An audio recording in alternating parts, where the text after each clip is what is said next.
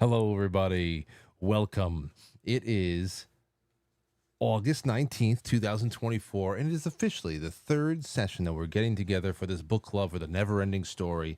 And I am Frank, and joining me is my co-pilot for this excursion, who's actually been piloting a lot more than I'm used to, and it has just been a wonderful experience. Lindsay Sharman, how the hell are you doing? I'm fantastic. It's a full moon, and this is my favorite part of the book, so I'm excited. Okay, great. Well, I can't wait. You know what? Let's get into it because the more time we can spend on the audience, the better. Because what I find is whenever we are reading their comments and we can incorporate them a lot more, there's so many other areas we can go into and we can start referencing the book. So I know, Yeah. yeah, we did a little bit less reading this week than last week. We did like 100 pages last week, but this is when the rubber really meets the road. And everything that we're reading, I mean, I don't know how much is in the second movie because I just don't have any memory of the second movie. It never hooked me like the first did. But we're off script now, and we're into a part of the storyline's development that is, oh man. I mean, I wonder how much of this he did sober from time to time because it is just so trippy. But at the other hand, as far as just like the creation process, starting with Peril in the Night Forest, and then going into the deserts, and I mean, and then the tournaments and the floating silver cities and the I don't know the river. It's just so much, the Sea of Tears, man, oh man, it's just imagery explosion, and it almost feels like the first 12 chapters was like 3 years ago. Like Yeah. it's like such a completely different story to me, just probably because of my attachment to the movie. But still, let's just start. Whatever the hell, wherever you want to Yeah. go for it. I love that it feels that long ago because it is a whole new world and he's in a whole new level of self and a whole new, literally a whole new world for him. I love too when so he's just like suddenly there, right? He just in the attic said her name, Moonchild, and then now he's here in this new place. And at first it's just pitch black. It's dark, but it's not scary like the attic. It's not cold like the attic. He says it's warm, it's inviting. He's just like kind of floating in this darkness. And people may or may not be familiar with this idea that there's sort of three types of light, they say, if you're like out of body or if you're having a near death experience or if you're kind of astral traveling. There's the dark light, the clear light, and the white light. And he seems to be in the black dark light. Like that's the exact description of it. It's endless warmth, beauty, just like there's nothing, but it feels good. And that's how he describes it. So it's really interesting. And then he hears Moonchild. She's there. This is like his dream come true. He's sitting there with her, and he says, "Why is it so dark?" And we all remember this part from the movie. And she says, "It's always dark in the beginning." And I love this because we're in pretty dark times right now. But this is what I always tell myself, like, yeah, it's always dark in the beginning. Let's go, right? This is the start. Um, and all that's left of Fantastica, the boundless realm, is just this one piece of sand. It's like a seed, and it's for him, he keeps it. And she says, "It's easy for you. It's easy for a human to create. And even though this is all that's left, you can create anything. You can recreate all of it. You can create new things that never were before. And all you have to do is wish it." Um, so he starts wishing. In fact, on the Orin, which she then gives to him, it says, "Do what you wish," which is very familiar to many people who might know the tenets of some, unfortunately, Satanism, as they say, Do "Do as what thou thou wilt. wilt." Right? It's the whole of the law. And this isn't so much, the way we see it in Satanism is like literally do whatever you want. There's no consequences. It doesn't matter. Like you're not responsible for things and everything's chaos. So whatever. This is more like, and we'll find this as we go through the story, it's more like an acknowledgement or a recognition that actually all that anyone can do is what they want. You can make yourself try to do something you don't want to do, but you're not going to do it. You're not going to do it well. It's going to tear you apart. You're going to be harmed. Other people are going to be harmed. All you really can do is what you want to do, is what you wish.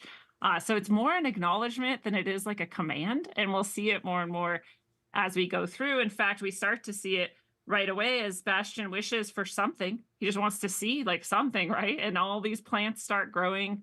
We're in Peril in the Night Forest, he calls it.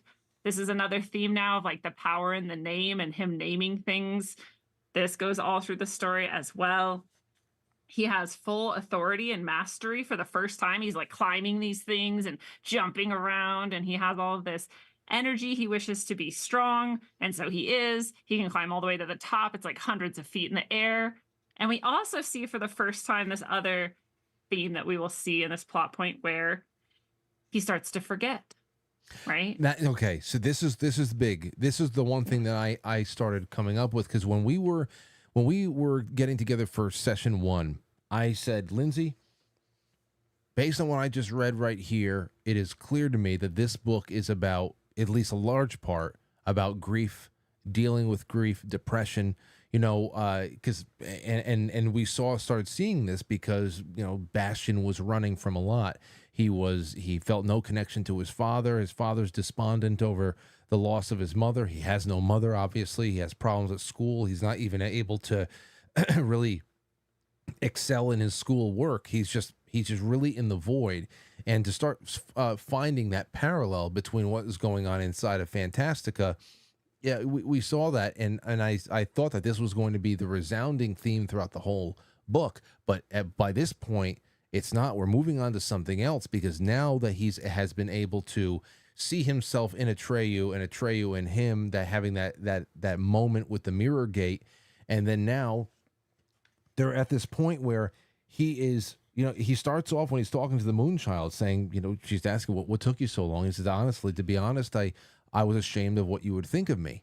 But, we get about a chapter and a half later, and what he's been able to accomplish physically and everything else, he's starting to forget his former form. And to the point where he even says that he didn't even have memory of being anything other than good looking and strong. And it to the point where he starts looking for challenges, looking for things to test himself with, and because it just can't be all good. And that's when I started thinking, what is this going to say about us getting the things that we wish and then taking them for granted?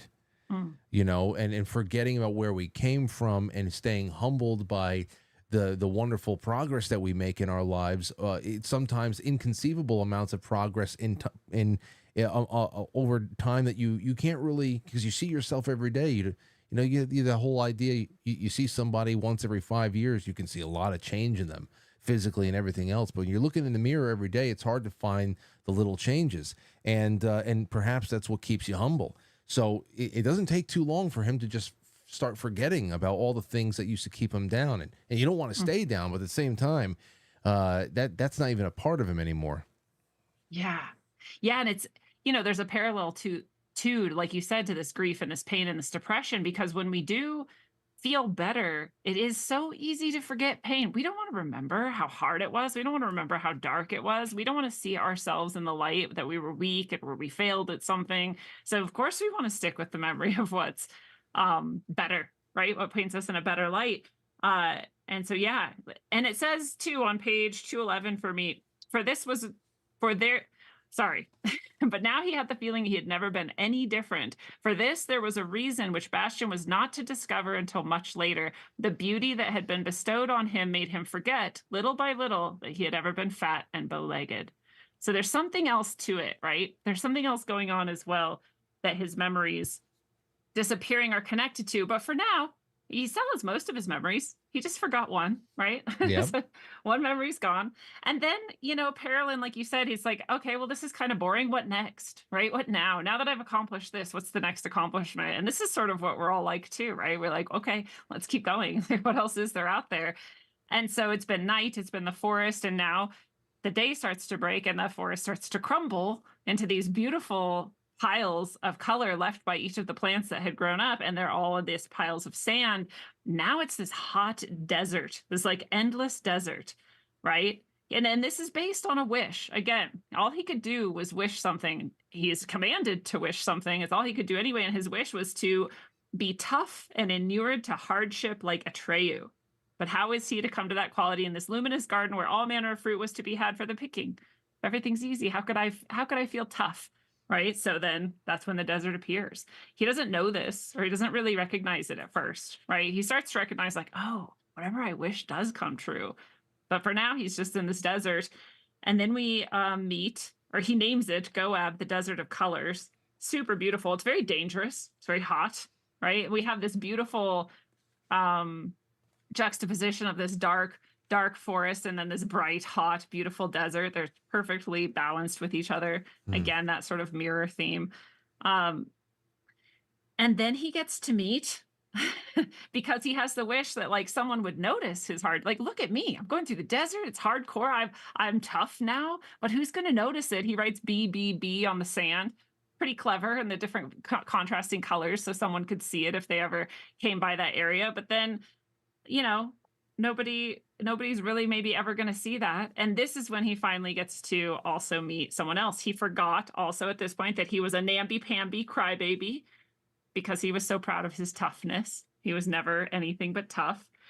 But how grand would it be both for someone to see his toughness and to meet a dangerous, even more dangerous creature, right, than the desert? Like something that could appreciate him for his toughness. I get And that. this is when we get to meet Gograman, if that's how you say it, the many-colored death, which is just awesome. Grograman, Lord of the Desert of Colors. And you know, this is one of those things here with meeting him. And I mean, I guess I could, at this point, I had a thought, and I guess we'll have to see because we're take a couple more weeks and we'll be done with this. But especially when it came to the needing to find new things to do, especially creating challenges and threats like the lion. I started thinking of that Alan Watts video that really, well, I mean, it's all those little mini things that he's talked about, and it was a talk that Alan Watts did about dreams, and he said, imagine, you know, you go into this dream world and you can do anything you want. You can experience every kind of pleasure, any kind of adventure you want, this and that.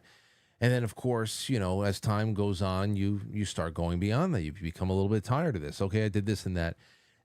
He goes through this progression of thoughts, and then he comes back around to saying, and then after a while, you would wish that you would be right where you are.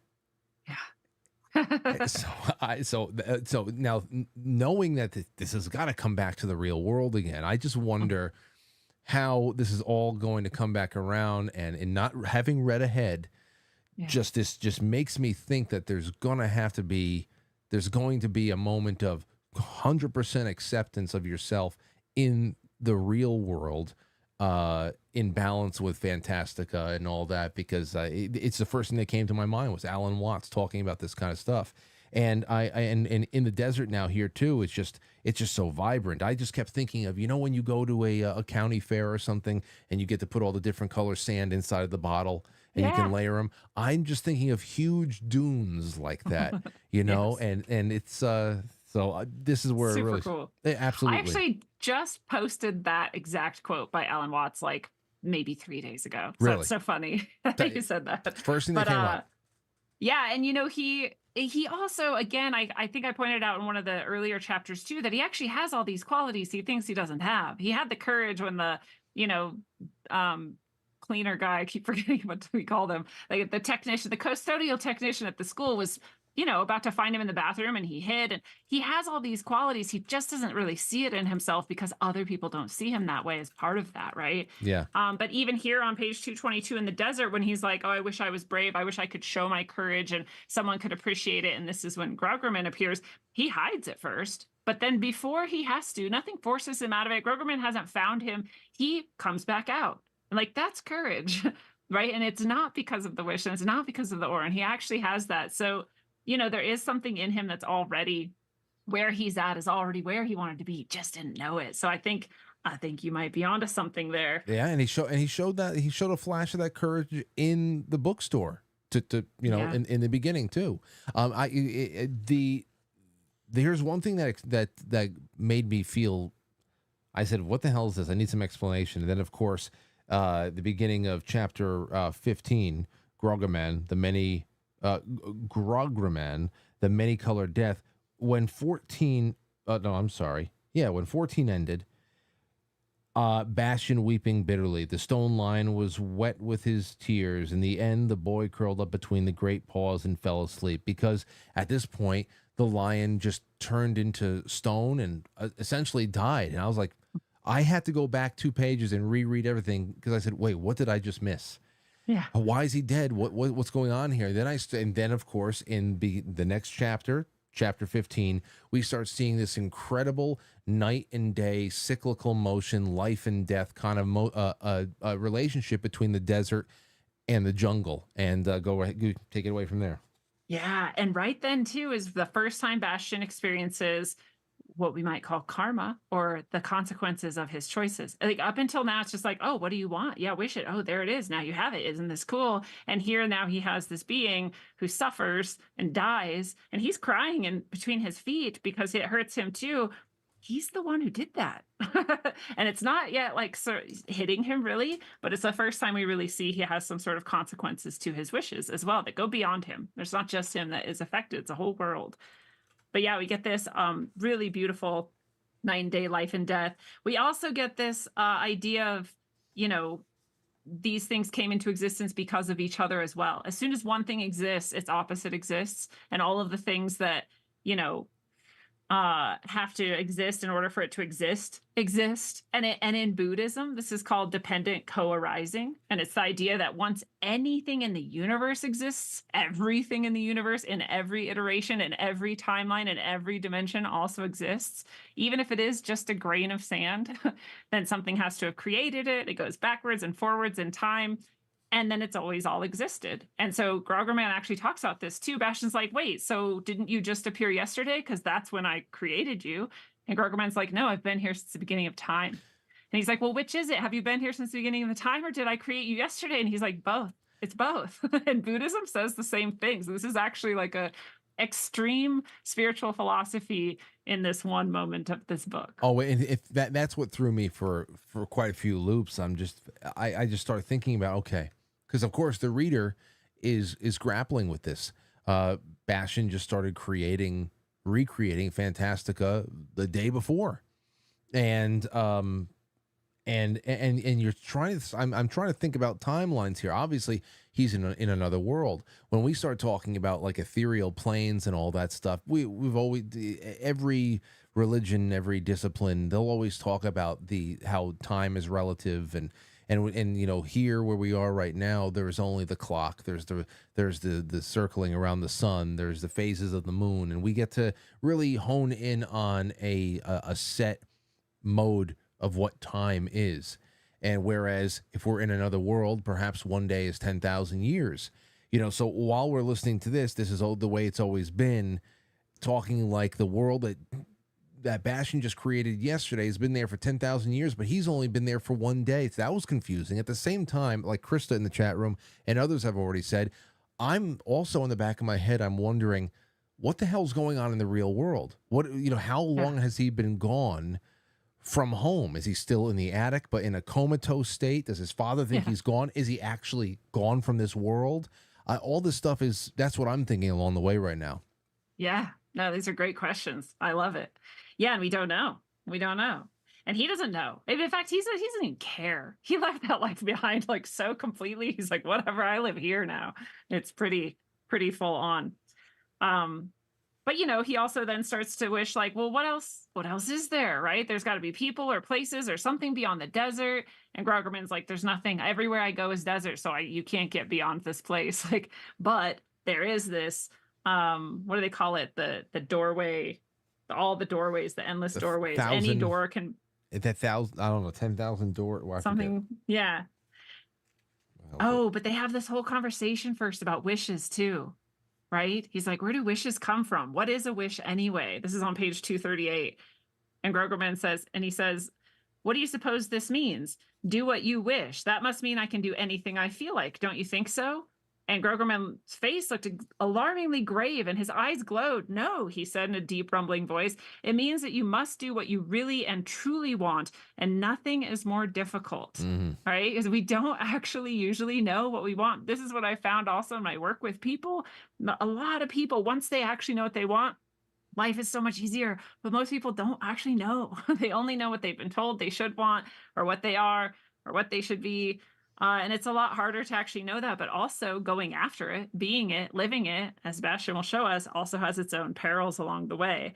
But we see this too in Bastion, this misunderstanding, like I can do whatever I want, right? Hmm. And this is sort of getting into this egotistical state that we are starting to notice a little bit more as time goes on. So he has a new wish. He wants his talents to be admired and to become famous. And so he has to go to the doorways, the 1,000 doorways, and it's accidentally, right? It's just a door can just become the entrance to the 1,000 doorway, whatever it's called, place. Anyone, any doorway can Any become. door at any time, which of course is like the most fun idea ever. This is so Narnia. Um, And also, there's this one thing I have to point out right before we get to the Silver City of Amerganth. There is on page 240, the very, very last part of this chapter. Bastion didn't know that he would not keep his promise to come back and seek Rogerman again. Much, much later, someone would come in his name and keep it for him. So this is another foreshadowing, just like the other that we got, that something else is going on here, or we'll see where that leads. I had And then that. we get to I yeah. had. Most of the stuff that we've stopped along the way, I've had underlined as well. And again, that's just some of these things from our past conversations. I just wonder if it is some sort of a. But that's another story that'll be told in another time. Is it just something? Is it going to be told at another time in this book? Because already there's a couple of things that we know. Just means that this story's been told in other places, and perhaps this was a precursor to Chiron's, time with the Greek mythological stories and all that. So I don't know Yeah. what's what anymore, but it's a mysterious little recurring thing. Yeah. Well, it's sort of that nod too, right? Like all stories will be told eventually. All things must happen one day, as Uyulala said, right? Yep. All things will happen someday. And so all of these stories will occur. We might not hear them and they're not going to be in this book, but they will occur somewhere, somehow, and all of them exist. So then he gets through the doorways, and it's cool too as he's going through them. It describes like this one reminded him of Treyu, this one reminded him of Falcor, and otherwise for a while he was just like, I don't know, go to the left door, go to the middle door, like whatever door. But then he's like, well, this isn't getting me anywhere. My wish isn't specific enough. Right. And we can see this in ourselves too. If we're like, I don't know, I just kind of want some money. It's like, well, then you might kind of get some money, but like, what do you how do you want to get your money? Right. Like, what do you actually want? Once he gets specific about it, then he starts getting somewhere, and he comes out of a church, like a little chapel just in the woods somewhere. And he doesn't know, right, exactly where he is or what's going to happen. And he comes upon this party of all of these heroes with all of the H's. It's like Hidorn, Hikron, like Hisbald, and all of these heroes and their fair lady. And they're actually going to this big celebration, right, at this Silver City of Amerganth. And the celebration is rather a contest to see who are the best heroes in the land, so they can accompany Atreyu and Falcor to find the savior, the so-called savior, who was known to be somewhere in one of the numerous regions of Fantastica. Thus far, no one knew his name, and it appeared that at some time in the past, Fantastica had been struck by disaster. So again, we get this idea, like, how long ago was that? Right? We don't know, right? In Fantastica, it doesn't even really say sometime long ago, struck by disaster, but this savior had appeared on the scene and saved it in the nick of time by giving the childlike empress the name Moonchild. So we get this dramatic irony again, where like we know what's going on, but no one else knows what's going on. He's become a legend, and like I said, there's just a very strange sense of time passing, and he's heading into this tournament, shielding the Orin. Doesn't want anybody to know it. Kind of wants to be incognito. His pack mule knows who he is, though. I love her. She's like when a person is only half an ass like me and not a complete one, she senses certain things. Yeah. It's so good. That's a good one. So so now they're here, and there's this and then there is this. I mean, I don't know if you want to just jump right into all the competitions, but the hero Heinrich. That is a very interesting story right there. He's like the height of all. I mean, this guy could do like anything. Things that you could not even ever do, right? And he beats all the other heroes. He's like winning at this competition. Atreyu and Falcor, like, they're the judges. They're like nodding. They're like, yeah, this guy's good. And then they're like, well, could anyone even possibly stand up to Heinrich? And Bastion's like, I will, right? And still hiding who he is. And it's kind of sad, right? Very Like he sad. just, yeah. He does the whole Robin Hood splitting the arrow thing. You Yeah. know, just when you think that you got the bullseye, his bullseye just splits your arrow in twain. But there's the big thing was about how he came to help Heinrich get his mojo back, and it's Yeah. very interesting because, of course, this all caused this defeating of hero Heinrich caused him to lose the favor that he had spent so long building up with his lady, the princess, and it took so long to get her to see him as something favorable and a worthy venture in himself. And now all of a sudden, because he was humiliated by this by the savior over here, Bastion, she's off and she wants nothing to do with him, and he's just like, what does anything matter anymore? And that is when Bastion creates a new purpose for him, for saying that the princess has been captured by this was it Smurg? Smurg the dragon. Smurg the dragon, in this far off land, in a castle surrounded by 3 separate moats with all their own obstacles in each moat and all that stuff. And he would have to use all the skills that he's acquired over the years to get her out and all that stuff. And there's something to be said about the ending of that. Now, I don't know if you want to take whatever you want, more, whatever we might be missing from this particular chapter, but Hero Heinrich's end, I think, is particularly incredible, just because of what he doesn't want and what he realizes he doesn't need anymore. Yeah. Yeah. Well, so I'll say first, Bastion again, he's like, he didn't mean to embarrass him. He didn't mean to hurt him. He was just fulfilling his wish, right? And like showing off his skills. And then he sees again the consequences of his choices. It doesn't mean he shouldn't have chose it, right? It's just like, it's something we all sort of learn. We're like, oh, if I do get what I want in this way, how does it affect other people? Or what are the actual consequences? So he's just learning more, but he has a heart. He wants to help him. So like you said, oh, I also have to point out, when Atreus meets him, Atreus like, oh, we don't need to go on a quest anymore. You don't need to tell me who you are. I can see it in your eyes. He's like, you look totally different from how I saw you in the mirror. Which Bastion's like, huh? What do you mean? I've always looked like this, right? It was confusing to him, but he's like, I could see it. So Atreus is very wise if he can tell what something is despite its outward appearance, right? And of course, that's why we love Atreus so much. Yes. Also, Falcor singing in the night sky, such a cool description. Yes. Sleeping in the air. Yes. And Atreyu also on page 265 already starts to notice there's something weird, right? When he says, you saw me, Bastion saying, I know that, but I've always been the way I am now. And Atreyu says, really and truly?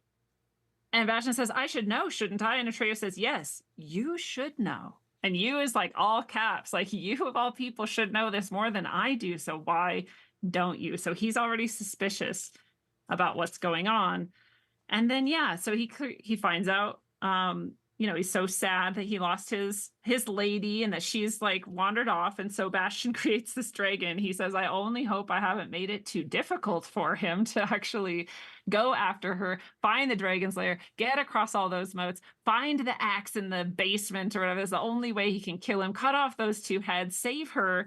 But then he doesn't, like you said, doesn't even want her anymore. He says by then huge. He didn't want her anymore. That, however, is another story for another day.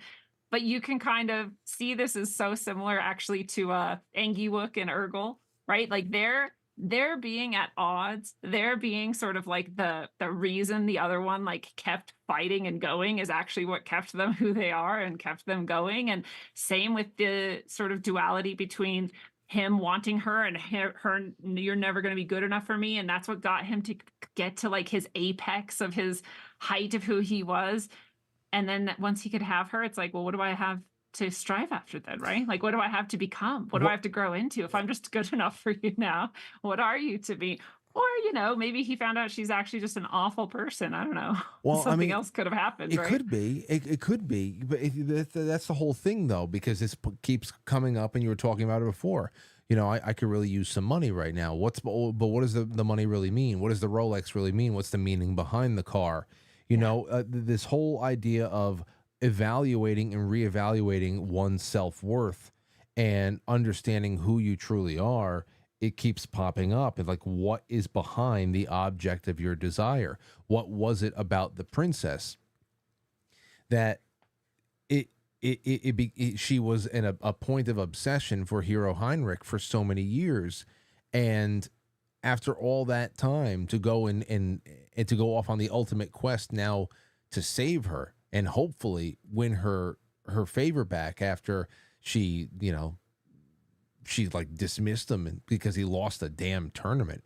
I mean, maybe that was it. Maybe it was just like after doing something so difficult and challenging yourself in such a big way, you learn something about yourself. You respect yourself in such a way that you can see the pettiness in the people and the things that you coveted. He coveted the princess. Maybe he thought he even loved her, and perhaps at one point he did. But all that can be dashed away when you realize that this person just does not love you back, and it already took so long to get her attention, and now, because of a competition at a tournament that was supposed to be all about good form and just the potential of every creature in Fantastica, that she has thrown you away and doesn't want to see you anymore. I think that quest was more so in the end for him to love himself, and Yeah. where that leads him, I don't know, but that was definitely the best thing he could have gotten out of that, because fuck the princess. Yeah. I also wonder, like when someone is so covetous like that, right? And they finally do get what they want, they're like, it's boring now.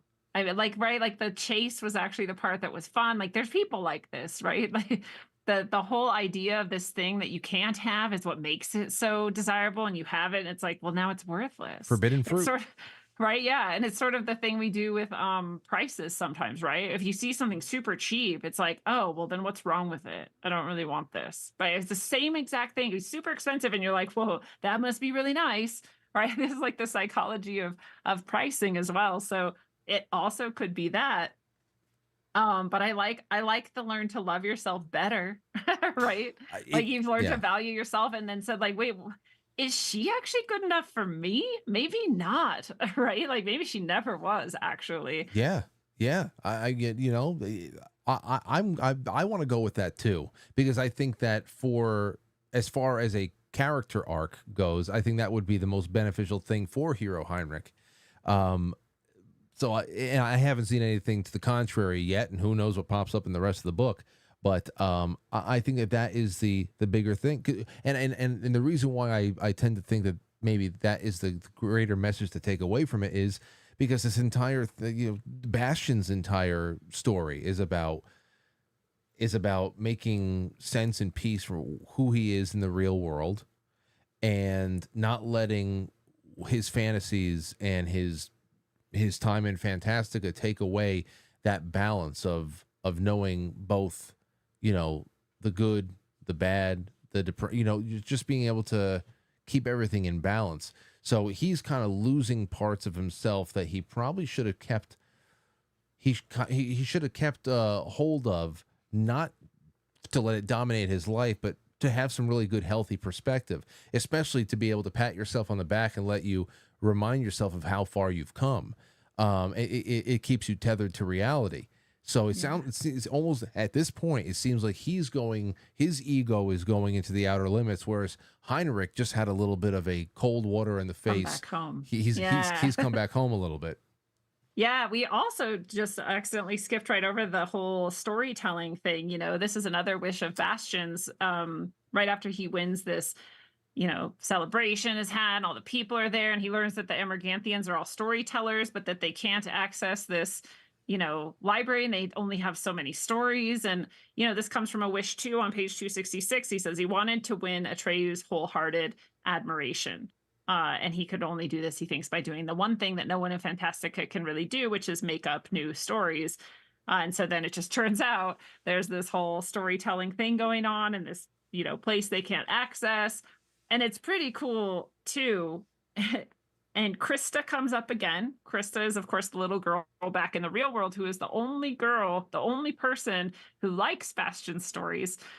She comes up, and as he's telling them this story, which is a very clever story, he tells a story that contains all other stories by telling the story of the Library of Amerganth, which turns out to be real.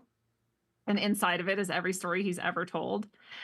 And to get into that library, he has to again name something correctly, right? Like back to this naming, the power of names. And in doing so, he names this what is like a crystal, right? There's a stone set in a kind of a ring. It looked like a common piece of glass, and the inscription could be read, you know, the person who calls me by name. I will shine 100 years. I will guide him in the dark depths of yours, Minrude. Like, what is that? We don't know. I know. There's a little foreshadowing there. But if he says my name a second time from the end to the beginning, I will glow in one moment with a light of 100 years. So that's coming too. And he names it Al Sahir, and it jumps into his hand, and then it opens, and this is now the library of the collected works of Bastian Balthazar Bucks. And they're so happy. They have all of these new stories to learn and to tell. They also know their own history now. They never understood why they were in a lake of tears with all this silver, but there's this whole backstory now. And it's back to that same thing, like which came first, the story or the reality? Exactly. Or yeah, we're back into that same exact. Is it a problem? I don't know. It at least is what's happening. Again, it just may be these are some of the things that we just can't comprehend as human beings. Yeah. You know, well, how many times have you wondered, like, am I dreaming right now? And I will wake up soon and go, what a weird dream. And then, right? Well, so like, also deja vu. Yeah. You know, I feel like this has happened before. Perhaps it happened for who knows? Who knows? I had a dream once where I was poking holes in the sky and they were becoming stars. I was like 7 years old when I had this dream, and I just got my first ever alarm clock. I had never had one before. I had never woken up to an alarm clock, but I found one outside in like a dump. I brought it home. I was like super excited. I plugged it in. I have an alarm clock. My parents are probably like, what the hell? That is not an exciting toy, but there you go. So I set it to wake up in the morning, and I was having this dream. I was poking holes in the sky, and they were becoming the stars. And every time I poked a hole, it would go beep, beep, beep, beep, beep. And I woke up, and it was my alarm clock beeping to wake me up. But I was like, well, what did the dream like know the sound was coming? And so it got me ready to like make the sound, or did the, because that's how I experienced it in time. Very right? Yeah. Which came first? Obviously. Yeah. Who knows? But in my brain, at least, it was like I was already doing that, and then the sound started. I'm telling you, I think that is where a little bit of margin is created in books like this, where there's just no explanation. It may be inconceivable, but it also may be what just makes this other world again so alien. Because even the concept of time is something that you have not been able. I think that's what makes everything just so steady for us too. Just knowing there's 24 hours in a day, we're following the sun. We got 60 minutes. We got all this other stuff. So I think that's a really interesting way of screwing with and creating parallel universes, at least in a literary sense. Because who the hell knows? We're going to learn a lot about time once we're not here anymore. Okay, that's true. So that's it, because we got left off at the Acaris. The Acaris, yeah. Acaris. Those are the beings that cry and make the tear soup. Tears that dissolve anything except that silver. Right. Okay, so that's where we're going. Okay, so let me just say this, and I'll put this out there again. From there, I counted about 80 pages. It's a little bit over 80. But if we go from the Acaris, in my book, that's 283, to the beginning, and stop once you get to W. So pretty much 23, the City of Old Emperors. Once you see the City of Old Emperors flash you in the face, just stop right there. That's why I'd say... So good. I know. So I can imagine. But I'm so excited. That'll leave actually a lot less, maybe like 15 to 20 pages less reading for the last week that we do, which means that we can spend a little bit more time getting into detail. Yeah. So that's That'll what be we'll, great. yeah. So I'll put that out there. Let's get to some comments now. Okay. All right. You know what? Let's start with Vesper. I'll start off and then you can take it from there, Lindsay. Vesper says, how fitting is is it that we are reading the Neverending story while the sun is in the sign of Leo? Chapter 15, Grogramen, the many-colored death, gave a beautiful portrayal of the birth and death of the sun, as seen from the vantage point of Earth. Oh, Bastion cried, I thought you had turned to stone. So I had, the lion replied. I die with every nightfall, and every morning I wake up again. The endless colors of the sand dunes in Goab, the desert of colors, remind me that light holds every color of the spectrum. It was amusing to think of End. Is it End or Endy? I always say Endy in my mind, but End is easier to say, so And as whatever. never ending. As Yeah. he wrote all this many colors, one could almost picture him pulling crayons out of a crayon box for inspiration and color names. Thank you for so much for reading with us, Frank. Well, those, I'm glad you said that because literally I was thinking about Crayola crayons at that point. They are color names. I mean, burnt, I think it was, what was the burnt auburn? Well, what the hell was it? I said, oh, that's definitely a crayon. Yeah. Where the hell is it? I'll find it. But that's a good one. That's a good one. All right, you can take Jalen Wennings then. Jalen Wenning says, we're finally plunged fully into the part of the story not depicted in the first film. It's been decades since I've seen the second film, so I don't remember if any of this is shown. The first two sessions were very easy to imagine, having seen most of it on screen, so I was a bit worried that anything beyond the first movie would be harder to imagine in my mind.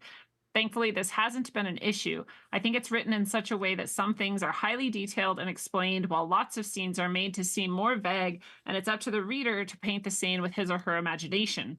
As every chapter begins, I can only think about the world my mind will create. In the Temple of 1,000 Doors, there's the correct name. I'm trying to envision the door that has to be unbuttoned. I can see it in my mind, but I doubt I can find words to explain how I see it. I love that, actually. Like, that's one of my favorite things. I used to call this the artist's dilemma, and it's this, that you can picture something ideally, perfectly, and even if you're like the best artist in the world, you cannot create it exactly like you can see it in your mind. Like, it is perfect in the ideal state, as Plato called it, and then once you bring it into here, this reality, like, it's just not quite as good. So I love that about books too. Side note, he says, it's so refreshing to read a fantasy novel that isn't filled to the brim with graphic sex and violence. Not that I don't mind either in a story, but modern fantasy is all gay werewolves or color fighting teenage trans vampire dinosaur hybrids. It's so true. This is like the classic, but it's so engaging. Like, you don't need all that stuff I know. to make it so good. We don't need. And I hope people remember that. Yeah. No, we don't need the gay werewolves. We just don't need them. Here's a couple of those crayon colors. The nearest was cobalt blue. Another was saffron yellow. Then came crimson red, indigo, apple green, sky blue, orange, peach, mauve, turquoise blue, lilac, moss green, ruby red, burnt umber. I have definitely taken a burnt umber Crayola crayon out. Indian yellow, definitely had that too. Vermilion, lapis lazuli, and it just goes on from. That was great. So good. That was one. It almost sounded delicious. Okay, let's see here. Mark G says, just a couple of observations. It's interesting that Bastion doesn't remember what he looked like when he was in human world, but he does remember that he was made fun of for the stories that he used to make up. I'm not sure if that's an inconsistency or if the author is trying to differentiate between what Bastion can and can't remember.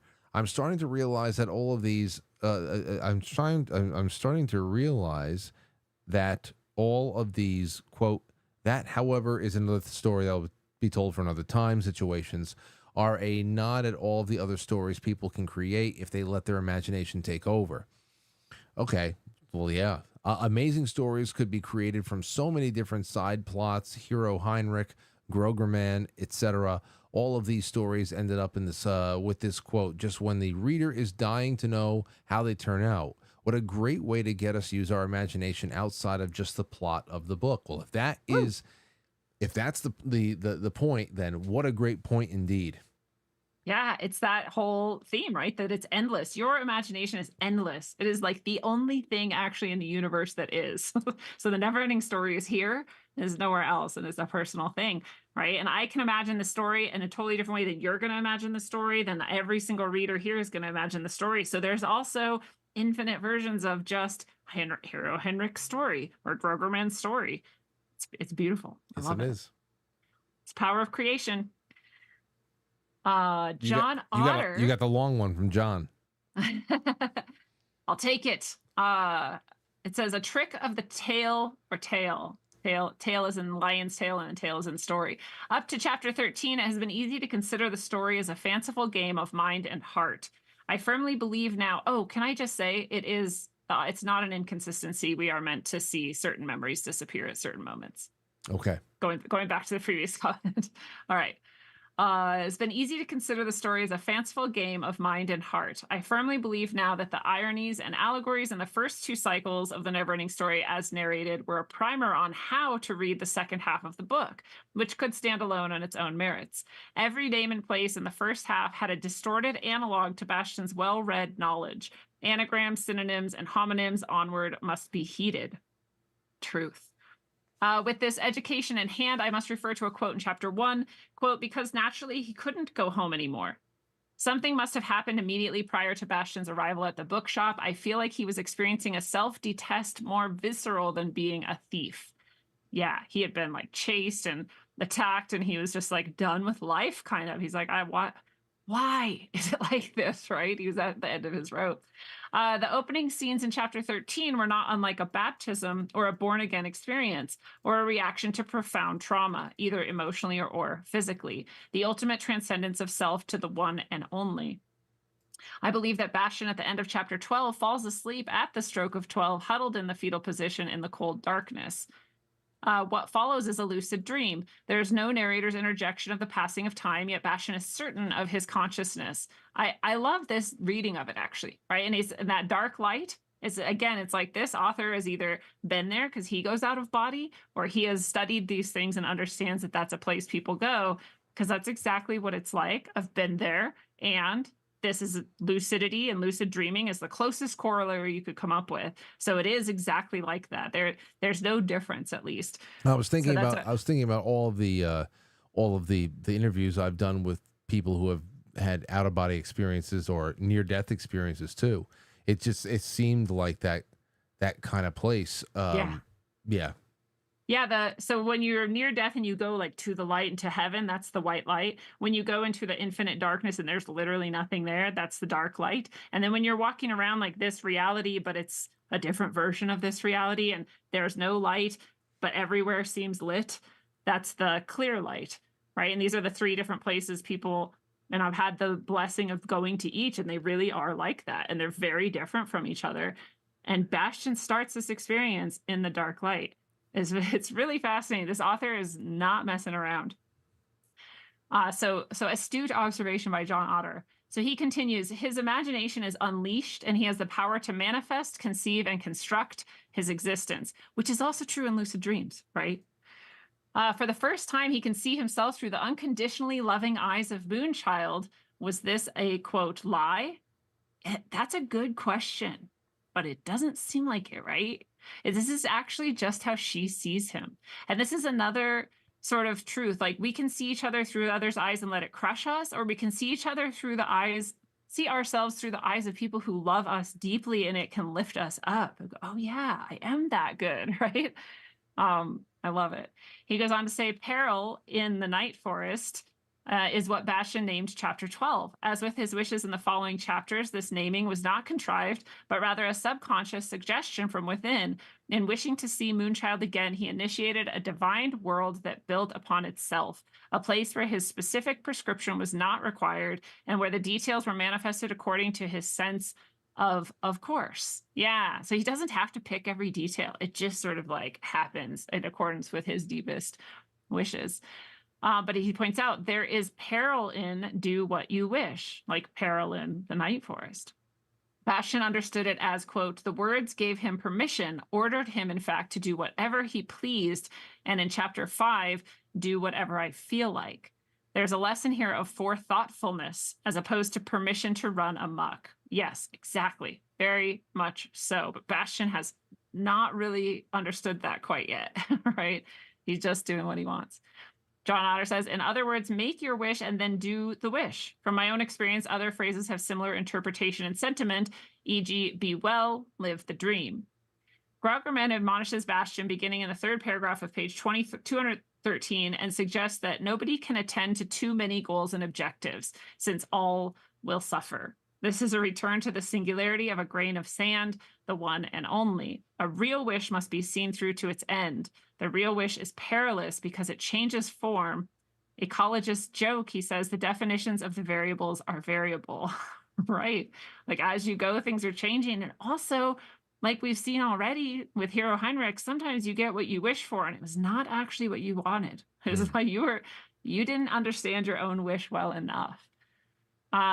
He says, because the wish changes form through trials and ordeals, nobody can read the last page of their story first. Just like the binary decisions at the Temple of the Thousand Doors, every choice is a dichotomous inference of what lies beyond.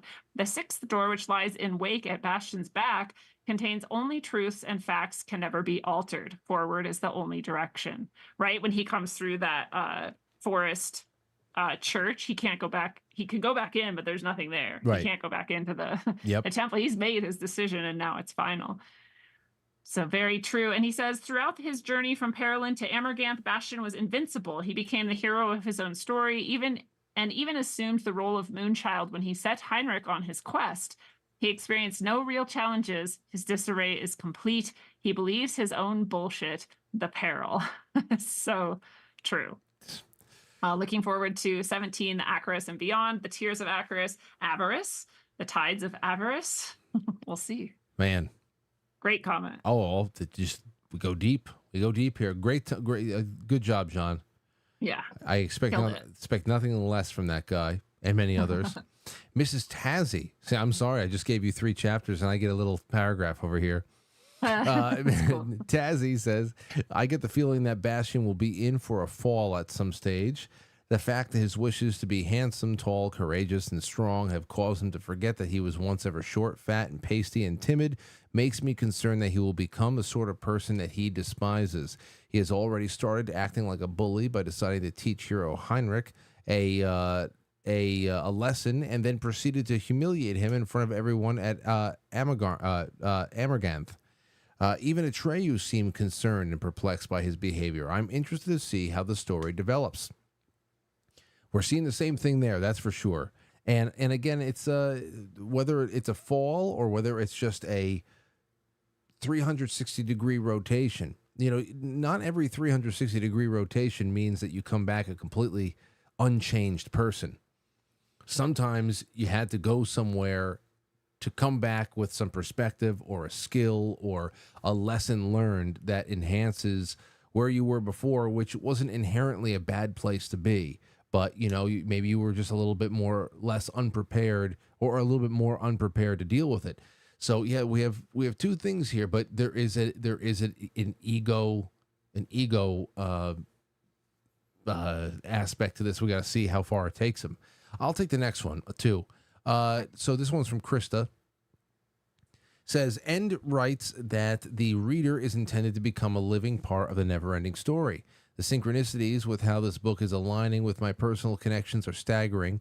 I stated during week 1 how the movie had inexplicably drawn me to it as a very young child. As I read the book as an adult, the parallels feel divinely intertwined. I believe the never-ending story will become one of my all-time favorite books. On page 237, Graugerman warns Bastian, what you don't wish for will always be beyond your reach. This reminded me of one of my favorite quotes from Eleanor Roosevelt. The future belongs to those who believe in the beauty of their dreams. It could also be compared to the modern equivalent of, quote, you miss 100% of the shots that you don't take by Wayne Gretzky. Bastian later asks Graugerman about the inscription on the back of the Orin. Do what you wish. That must mean I can do anything I feel like, don't you think? No, he said in his deep, rumbling voice. It means that you must do what you really and truly want, and nothing is more difficult. So, yes, we're on the same page with that as well. Yeah, it's been very moving. Really has. You can take the next one with whatever you have to say about that, and then you can take the next one. Well, it's true. I wonder if one of the synchronicities Krista noticed is that Krista is also in the book. It's one of the only other human people in the book. That's it. Krista. So that's interesting too. And yeah, these synchronicities are really incredible too. When I watched the Neverending Story at the age of 7, it also happens to be the age that is like the end of a cycle, 7-year cycles or something that happens in connection with like Saturn and whatever. We could get into all of that, but also Steiner has this idea too, and different child development psychologists like have this idea that like 7, 14, 21, like these are the 3 main stages of development into an adult.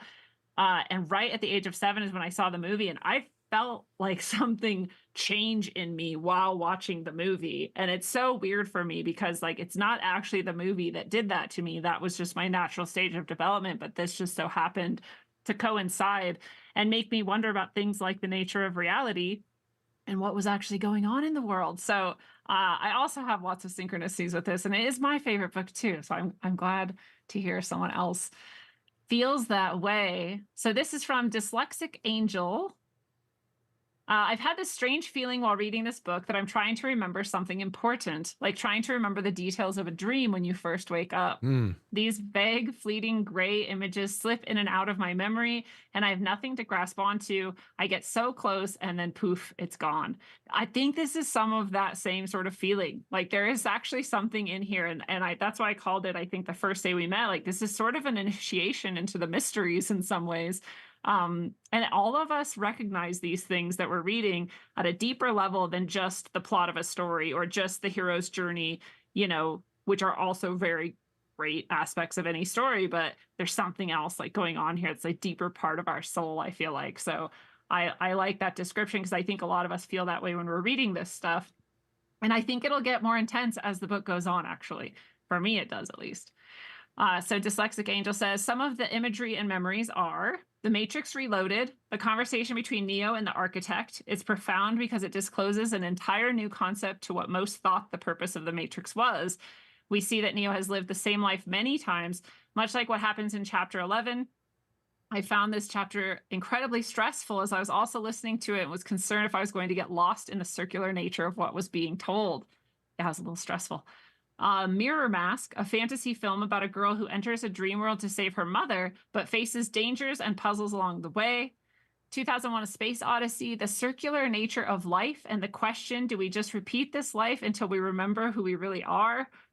Westworld, such an interesting concept. Are we the paying participants, or are we the androids that get remade and meant to relive the same life over and over again, as in The Matrix? The Maiden King by Robert Bly and Marion Woodward is an interesting study on the hero's journey, the healing of the masculine and feminine that resides in each of us, and the tendency of us to fall asleep when we forget who we really are. As in every fairy tale we all grew up with, the apple in Snow White, the spinning wheel in Sleeping Beauty, or Pinocchio when he goes to the island and forgets who he is and becomes a donkey. Has anyone else experienced this sensation? The resistance I experienced when I first read this book is also telling. Is there a part of me that wants to stay asleep? I'm grateful I'm reading it now, and the curiosity it is sparking within me. Ooh, what a great comment. It's meta. Yeah, these are some big existential, we're going down some existential paths here. Right. Who are we? What is the nature of reality? And are we going to just relive this over and over again until we wake up out of it? Good questions. Yeah.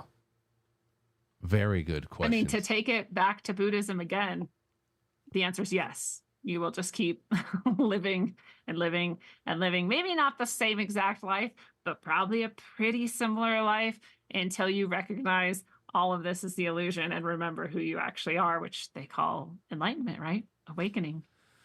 Nebula Snark says, we've all wished for countless things throughout our lives. Maybe that someone would love us, or that someone would be our friend, or that we would get a certain job one day or live in a certain place.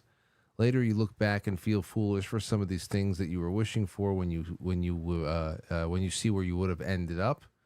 If my wishes from 10, 20, 30 years ago had come true, I wouldn't be where I am today, and I love where I am. I believe with all of my heart that it's where I'm meant to be, and what I truly want, even though my life has nothing in common with most of the wishes of my youth. When Bastion is speaking with Groggerman about Orin and doing what he wishes, the line tells him that it doesn't think that it means just doing anything that you feel like. It means you must do what you really and truly want, and nothing's more difficult. He continues, by going the way of your wishes from one to another, from first to last, it will take you to what you really and truly want.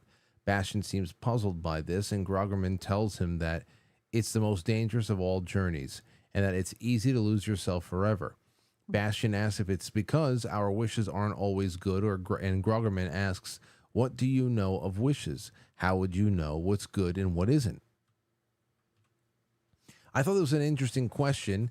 Yes, he's speaking to Bastion's lack of life experience, but it also goes back to my original thought. Those wishes that I look back on, I look back on as foolish, could be considered bad wishes in hindsight, but are they really bad if they led me to where I am today? You can't know a good wish from a bad wish in the moment. It's only when with clarity and wisdom that comes from hindsight and experience that we can then separate bad wishes from good wishes. Even then, you may not know until you draw your final breath if it was a good wish or bad. I'm worried about the bad wishes Bastion will make, and I hope that he doesn't lose himself. But even if he makes bad wishes, they may not actually be bad if his journey takes him to what he really, truly wants. All of his assuming, of course, that Bastion doesn't really and truly want to be a serial killer or something like that. Yeah. When Bastion tells Atreyu what is written on the back of the Orin, Atreyu seems unaffected. Bastion asks if it would have changed and the way that he acted, and Atreyu says, no, I did what I wanted to do. The two boys are the same age, but they couldn't be more different in how they handle the Orin when they first receive it. Bastion sees it like a magic genie and wishes it to be bigger, stronger, and handsome. He wishes immediate changes to himself instead of them happening naturally over time.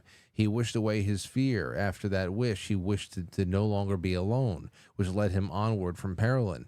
Atreyu didn't wish so specifically for changes to himself. Changes within himself happened on his quest, and he grew as a person more organically because his wishes were for others. He was doing all of his wishing without even realizing it in order to save the childlike princess and all of Fantastica. Atreyu knows his power comes from the childlike empress, not himself. Bastion's wishes are more self-centered, and I'm worried about where this might take him, and that he's going to forget where Orin's power actually comes from. And just a couple of random things. I love the reference to Shakespeare on page 283. And man, I really teared up when Bastion left Groggerman for some reason. Damn, that last paragraph was really great.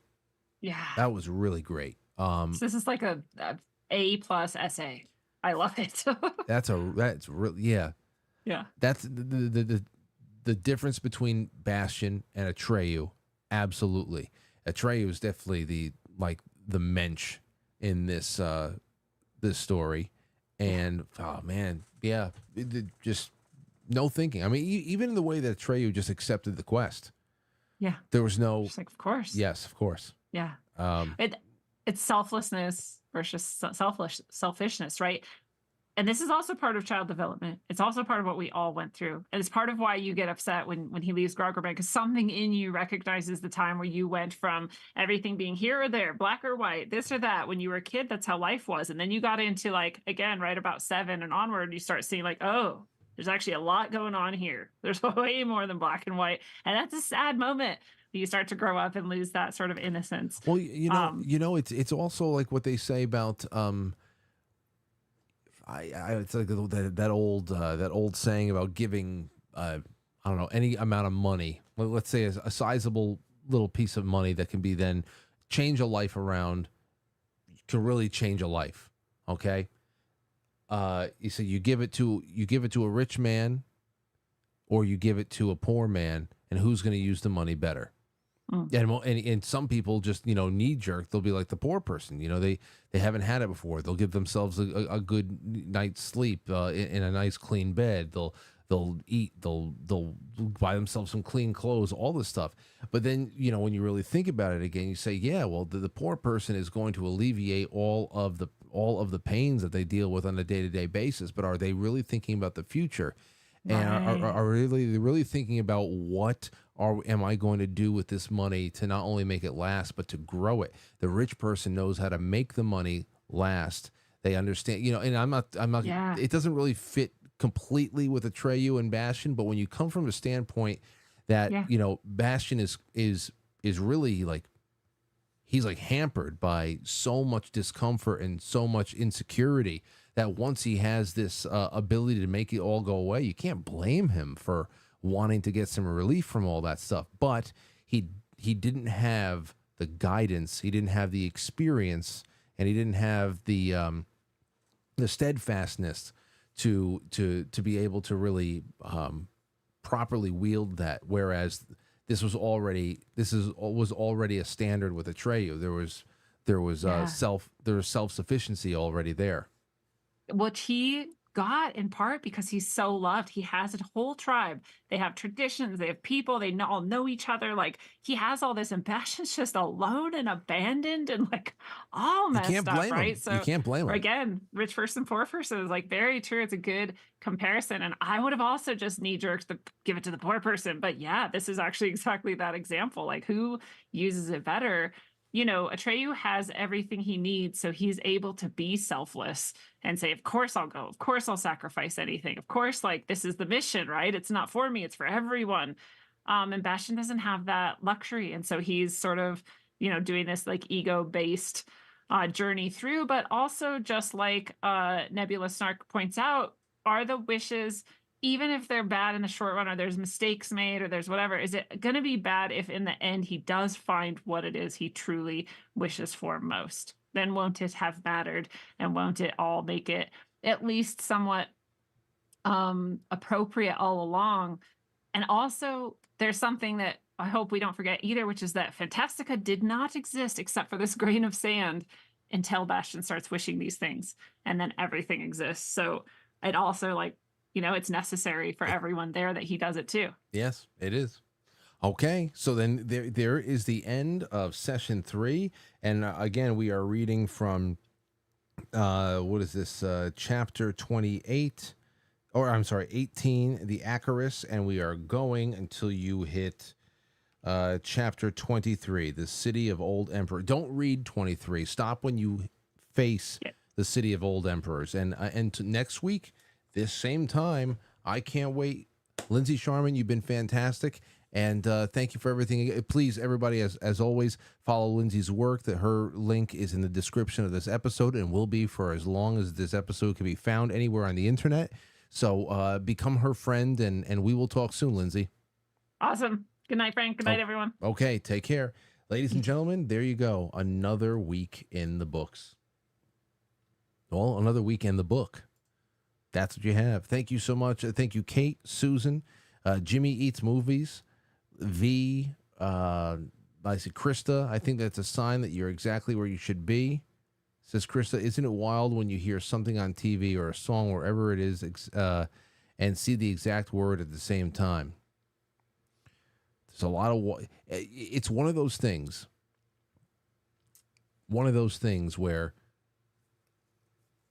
you know, there are things that happen in your life that aren't coincidence, but they're probably so complex and so big and just a sliver of the greater picture that you would never be able to put it together. And that is, I think that's what I appreciate so much about the confusion about how time works, and the having always existed but having only been created the day before. You know what I mean? I actually appreciate that confusing portion of it, because then I actually feel like, oh, no. This is something that I always assumed is really the inner workings of the universe, like the gears behind the facing of the clock, that I maybe one day we'll understand. But I get it. I kind of assume it. All right, ladies and gentlemen, that's all. I'll talk to you soon. Email me, message me, whatever the hell it is. Night Melanie, everybody else. I'll see you soon.